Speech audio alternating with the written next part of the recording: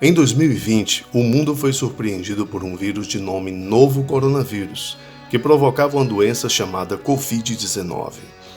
De origem obscura, com grandes suspeitas de ter escapado de um laboratório da cidade de Wuhan, na China, o agora célebre coronavírus impactou a vida de milhões de pessoas.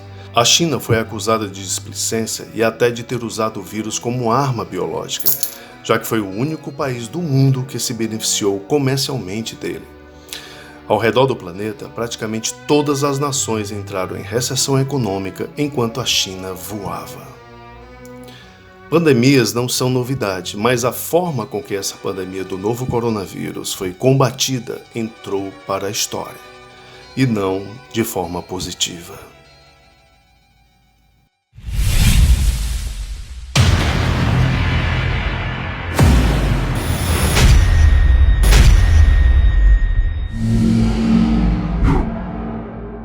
Incompreensivelmente, as democracias do Ocidente copiaram a maneira dramática com que a China enfrentou a doença.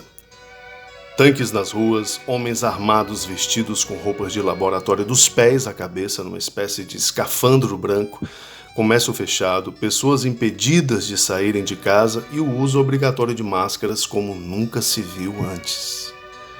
Era uma cena que parecia montada com o objetivo de ser uma grife made in China, com selo de exportação para o resto do mundo. E o mundo, surpreendentemente, comprou a ideia.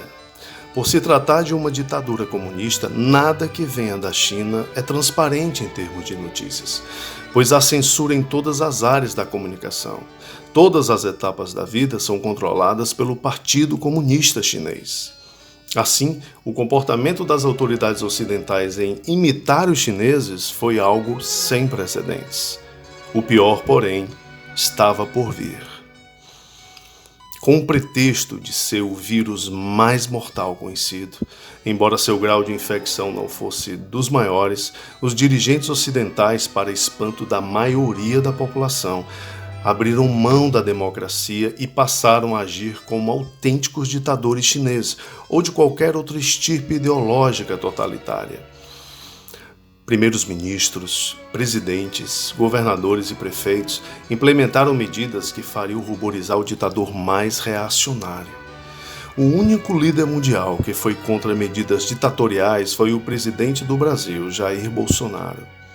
Ele afirmava que o vírus tinha que ser combatido seguindo medidas sanitárias, mas com as pessoas trabalhando normalmente e de maneira nenhuma o comércio deveria ser fechado, pois a fome, dizia ele, seria um problema tão grave quanto o vírus. Por causa disso, ele foi chamado de genocida pelos que diziam fique em casa e a economia a gente vê depois. O tempo mostrou que o presidente do Brasil estava certo e quando depois chegou, viu-se no mundo que tinha se fechado uma recessão assustadora, com inflação alta até nos Estados Unidos, coisa que não se via nos últimos 40 anos. Os demais dirigentes mundiais abriram mão de leis nacionais e internacionais e desprezaram a Constituição de seus países com decretos ilegais e medidas de controle inacreditáveis para uma nação democrática. Países exemplo de liberdade como Austrália, Canadá e Áustria tornaram-se um escândalo com ações verdadeiramente fascistas. Até os Estados Unidos não ficaram de fora. Numa medida sem precedentes, impuseram à população a obrigatoriedade de vacinas que haviam sido feitas em caráter de urgência e sem seguirem as etapas adequadas de seu desenvolvimento. Ameaçaram a todos que alertassem sobre isso com cancelamento nas redes sociais e quem não quisesse se vacinar com as tais vacinas, perda do emprego e do acesso a diversos estabelecimentos e serviços públicos. Inclusive a cirurgias pelo Sistema Único de Saúde. As pessoas que tinham receio de tomar uma vacina feita tão rapidamente e ousaram falar sobre isso foram taxadas de negacionistas, criando uma categoria baixa de cidadão, intitulada de não vacinados. Com os lockdowns, aquele fechamento extremo do comércio que só o presidente do Brasil fora contra e que os governos fizeram, milhares de pessoas perderam seus empregos e empresários faliram. Uma medida draconiana importada da China que se revelou inócua, pois enquanto se fechava empresas, o transporte público estava sempre lotado. O uso obrigatório das máscaras se tornou o símbolo desses 2 anos em que o absurdo imperou. As medidas impostas para seu uso davam a impressão de serem feitas de propósito para testar a obediência das massas a decretos estapafúrdios. Nada fazia sentido nas medidas impostas. Máscaras leves com desenhos do Mickey como estampa eram usadas contra um vírus mortal. Parecia tudo um teatro, e o vírus, de tão minúsculo, provou que o uso de tais recursos era inócuo. As pessoas nem pensavam mais, agiam já mecanicamente e se acostumaram em pouco tempo a obedecer com docilidade aos decretos ilegais. Outras medidas seguidas com obediência canina eram estar a 2 metros de distância do próximo passageiro em uma fila de embarque e logo em seguida sentar-se ao lado da mesma pessoa num voo apinhado de gente. E tinha, claro, a cereja do bolo, que era vacinar-se, mas continuar usando máscara e mantendo distanciamento social, como se não tivesse recebido vacina alguma. Muitos se vacinaram, aliás, e ainda assim contraíram a doença. Jamais se ouvira falar de algo parecido. Imagine se vacinar contra a poliomielite, pegar depois a doença e todo mundo fazer de conta que isso é normal. Foi o que aconteceu com as vacinas da Covid-19. Mesmo assim, a maioria com medo obedeceu. Como também aceitou tomar 3 doses e até 4 da vacina, quando os governos tinham prometido que bastava no início apenas uma. O que parecia de fato era estarmos todos sendo alvos mesmo de um experimento social, com o objetivo de retirar o bom senso das pessoas. Ao obedecer ordens absurdas sucessivas, o ser humano acaba perdendo o senso crítico, não conseguindo mais dizer não a uma imposição, mesmo que ela vá de encontro aos seus princípios. Tudo aquilo foi como um exercício para derrubar suas defesas, uma espécie de avant-première. As medidas ditatoriais na pandemia do coronavírus pareciam seguir uma agenda, um projeto de mundo que seria chamado de novo normal. Um plano de bilionários ociosos de Davos com Klaus Schwab à frente e o profeta Bill Gates pelos flancos, chamado de Agenda 2030 da ONU, para interferir na vida das pessoas com uma proposta incrível, como mostram esses anúncios publicados com os dizeres: "Você não terá nada e será feliz". Eles, com certeza, adoraram a pandemia. Foi uma oportunidade de negócios e de corrupção. Sentiram-se poderosos e intocáveis com o povo trancado em casa, a ponto de muitos deles não observarem as medidas que impunham ao povo enquanto viviam normalmente. Num capítulo vergonhoso que manchará para sempre a sua história, a imprensa velha mundial, patrocinada pelos laboratórios que queriam vender vacinas, apoiaram as medidas ilegais sem pestanejar e passaram a demonizar remédios antigos que começaram a ser usados e ter bons resultados contra a Covid-19. O combate incompreensível a tais remédios, inclusive vindo de plataformas digitais, teve apoio dos novos ditadores das democracias que não os disponibilizaram no SUS, deixando a população desguarnecida. A questão era: por que impedir o uso de tais remédios se não temos outra alternativa e as vacinas só seriam disponibilizadas meses à frente? Afinal, o objetivo não era salvar vidas? Ou era apenas vender vacinas? Um dos remédios mais atacados pela imprensa, que passou a pensar, escrever e falar igual, mesmo sendo concorrentes, algo inédito no jornalismo, foi a ivermectina. Comprar esse remédio era quase uma contravenção. O debate sobre o assunto foi totalmente interditado. Páginas eram derrubadas na internet e pessoas difamadas ao defender um tratamento profilático com ele. A onda de autoritarismo a respeito dessa interdição era escandalosa.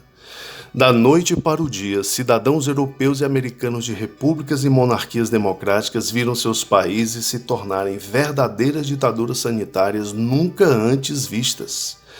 O bloqueio aos remédios levantava uma suspeita. Eles eram demonizados porque não funcionavam ou porque funcionavam? Os anos 1970 e 80 foram tempos de trevas para muitas famílias de um grupo de 28 países africanos. Devido a uma doença terrível chamada de oncocercose, mais conhecida como cegueira dos rios, um ciclo dramático passou a fazer parte da vida dos africanos, que viam seus tios e irmãos mais velhos ficarem cegos e, desgraçadamente, eles próprios também no futuro. Milhares perderam a visão. Até que um bioquímico japonês, o Dr. Satoshi Omura, isolou uma molécula chamada avermectina e, junto com William Campbell, chegou-se a um remédio promissor no combate aos vermes e parasitas. Após 17 anos com experimentos em animais, a ivermectina é ministrada em 1987 em humanos. Os resultados foram extraordinários. Pessoas foram curadas e gerações foram poupadas da terrível cegueira dos rios. A MSD, detentora dos direitos comerciais da ivermectina, assinou um contrato com a OMS para doar aos africanos a droga por tempo indeterminado como tratamento profilático contra os vermes. Em 2020, ano em que o mundo decidiu obstruir o debate em torno da ivermectina, ela já estava disponível no mercado para humanos há 33 anos. Não havia certeza sobre sua eficácia contra o novo coronavírus. O que se tinha eram apenas testemunhos de pessoas que haviam se curado com o remédio e o indicava com entusiasmo até para a própria família. A questão, porém, não era essa. Era a reação indignada da mídia contra a proposta de se debater o tema. Afinal, o remédio tinha sido feito há 43 anos contra 6 meses das vacinas da Covid-19. Isso, no mínimo, seria um bom motivo para o debate, que nunca veio. Com as vacinas sendo aplicadas em todo o mundo com mão de ferro na população, questioná-las se tornaram um pecado mortal. Apesar de muitos relatos de efeitos adversos surgidos pelas vacinas e até de mortes, elas continuaram sendo forçadas a todos, embora a maioria tomasse a injeção até 5 vezes ou mais, se fosse preciso, sem resistência, pelo medo. Isso não impediu protestos pelo mundo questionando os atuais tiranos das democracias. Mesmo assim, as picadas eram um sucesso popular. As pessoas faziam selfies para mostrar o certificado da vacina e o exibiam orgulhosas e aliviadas nas redes sociais, pois tinham agora seu passe livre para entrar em restaurantes, bares e continuar no emprego. Entretanto, se vacinar e pegar Covid parecia uma dobradinha inevitável. E a pergunta mais frequente veio à tona: os imunizantes não imunizam? Por que precisamos tomar de novo outra dose da vacina? Espertamente, aos poucos, os telejornais pararam de se referir às vacinas de imunizantes, dado o número alarmante de pessoas infectadas mesmo vacinadas. A palavra imunizante, então, foi ficando ridícula. O discurso das autoridades mudava o tempo todo. Basta uma dose, a segunda é de reforço, mas a terceira é obrigatória, diziam eles. Quem tomou apenas as 2 doses passou a ser considerado pelos governos como não vacinados. Então, em outubro de 2021, o anúncio de um prêmio na Suécia passou quase despercebido. Era o anúncio dos ganhadores do Prêmio Nobel de Fisiologia e Medicina. Estranhamente, os criadores das vacinas contra a Covid-19 não foram indicados e nem ganharam o prêmio. Pior, nem sequer foram lembrados. Nem mesmo uma menção honrosa naquele momento histórico de combate ao vírus. Eles serão lembrados no futuro? Se a Pfizer passar a patrocinar o prêmio, talvez. CBS Health Watch sponsored by Pfizer. Anderson Cooper 360. Brought to you by Pfizer. ABC News Nightline. Brought to you by Pfizer. Making a difference. Brought to you by Pfizer. CNN Tonight. Brought to you by Pfizer. Early Start. Brought to you by Pfizer. Friday night on Aaron Burnett Out Front. Brought to you by Pfizer. This Week with George Stephanopoulos is brought to you by Pfizer. This weather report brought to you by Pfizer. Today's countdown to the royal wedding is brought to you by Pfizer. And now a CBS Sports Update brought to you by Pfizer. A verdade é que as tais vacinas salvadoras da moléstia mundial passaram em branco no Prêmio Nobel de Medicina, que foi entregue a David Julius e Arden Patapoutian. Em contraste com esse anticlímax, em 2015 o Dr. Moore e o Dr. Campbell ganharam o Prêmio Nobel de Medicina com a ivermectina pela sua atuação benéfica no continente africano, salvando milhares de vidas. Além da tristeza que foi ver amigos e parentes partirem por causa da peste chinesa, uma coisa ficou muito clara. A verdade foi surrada e a liberdade golpeada. O autoritarismo revelado sem disfarces pelos dirigentes mundiais, estaduais e municipais foi um grande alerta de que a democracia não é uma instituição pétrea como imaginávamos, mas como foi demonstrado, ela pode ser destruída por dentro e deixada perigosamente de lado por ambições de poder. Os dirigentes pró-lockdown promulgaram decretos que aviltaram a Constituição, o Código Civil e o Código de Nuremberg. E eles não deram a mínima. A lei era o que eles queriam que fosse.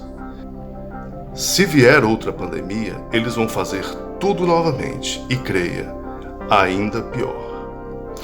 Mas a questão não é essa. A questão é: você vai aceitar tudo de novo?